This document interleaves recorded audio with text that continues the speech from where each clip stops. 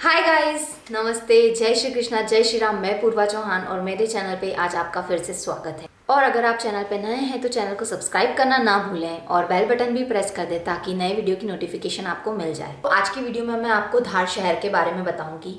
धार राजा भोज की नगरी और मेरा होम टाउन। मैं यहीं की रहने वाली हूँ और यहीं पर मेरा जन्म हुआ है।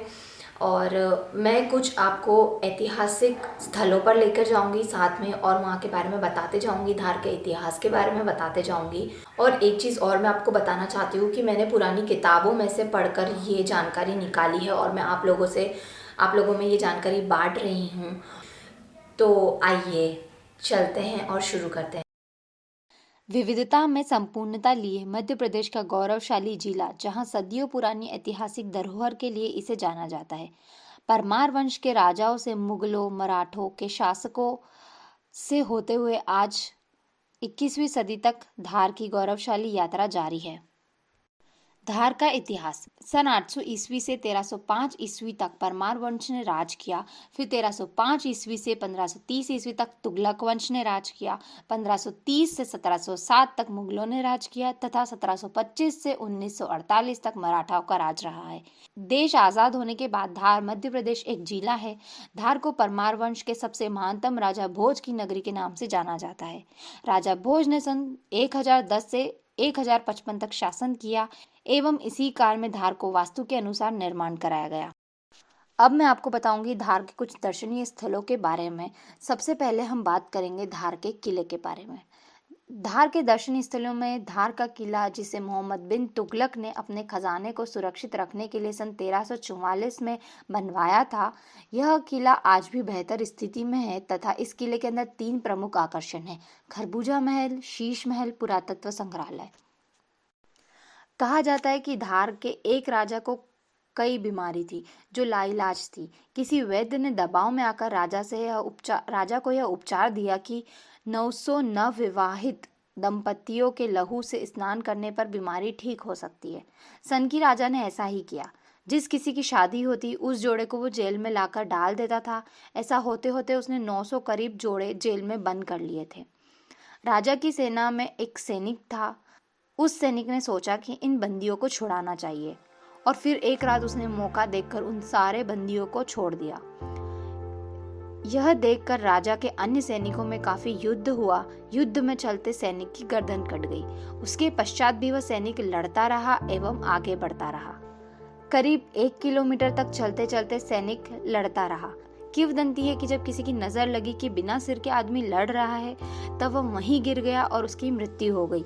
और किले के अंदर उस सैनिक का सिर गिरा था और आज कई लोग वहां दर्शन करने जाते हैं और उस जगह को बंदीछोड़ बाबा के सिर की समाधि के नाम से जाना जाता है। भोजशाला। धार की धरती पर कई राजाओं ने राज किया है, किंतु राजा भोज उनमें महानत राजा, महान योद्धा, कुशल प्रशासक एवं साहित्य के ज्ञाता थे। उनके शासनकाल में विश्व स्तरीय संस्कृत विश्वविद्यालय की स्थापना की गई थी, जिसे आज हम भोजशाला के नाम से जानते हैं। इस भोजशाला में ज्ञान की देवी माता सरस्वती की सुंदर मूर्ति थी। अंग्रेजों के शासनकाल में अंग्रेज इसे इंग्लैंड ले गए, जो अब ब्रिटिश संग्रहालय लंदन की शोभा बढ़ा रही है।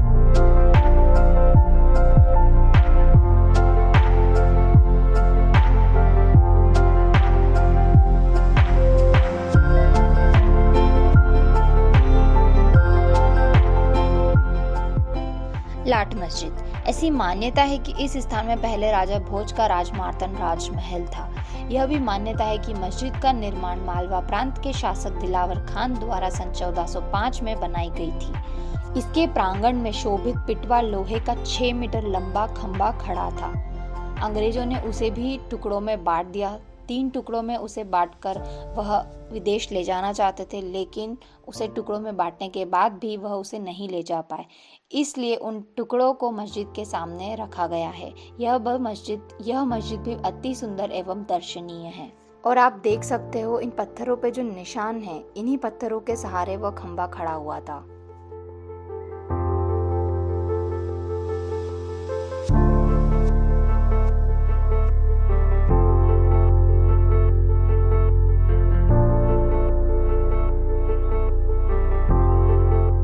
बंदीजोड़ बाबा की दरगाह। जैसे कि मैंने आपको पहले बताया कि जहाँ पे उस सैनिक का सिर गिरा था वह किले के अंदर था, और जहाँ धड़ गिरा था उसे बंदी छोड़ बाबा की दरगाह नौगांव के नाम से जाना जाता है।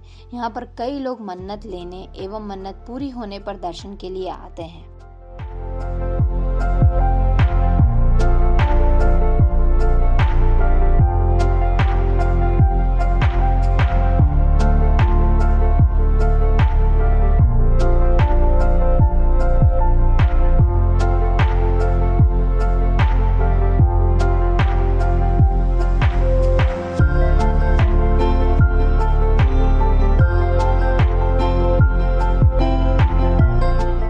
अब बात करते हैं फड़के स्टूडियो के बारे में। कला महर्षि रघुनाथ फड़के 1933 में धार महाराज उदाजी राव पवार की मूर्ति बनाने के लिए आए थे। उनके द्वारा बनाई गई मूर्ति से राज परिवार ने प्रभावित होकर कई और मूर्तियां बनवाई।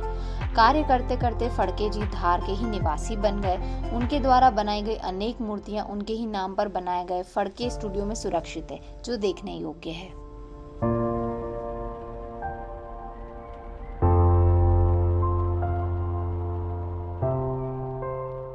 देवी कालिका माता मंदिर।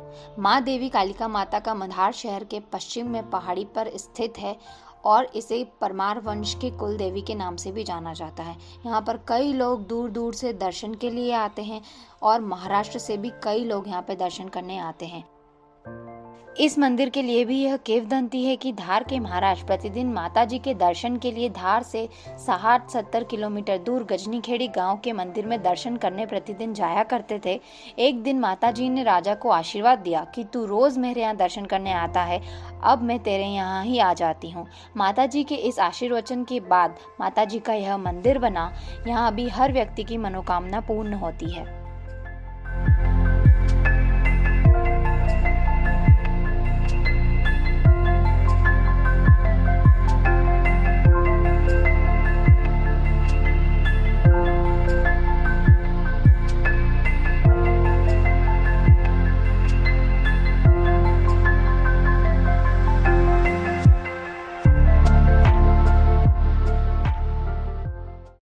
तो दोस्तों, आशा करती हूँ इस वीडियो में आपको बहुत मज़ा आया होगा, कई सारी चीज़ें जानने को मिली होगी और चाहते हैं कि आपके दोस्त भी इसके बारे में जाने, तो प्लीज़ वीडियो को शेयर करना।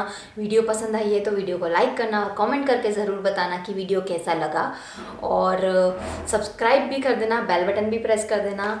और बस यही कहना चाहती हूँ। धन्यवाद।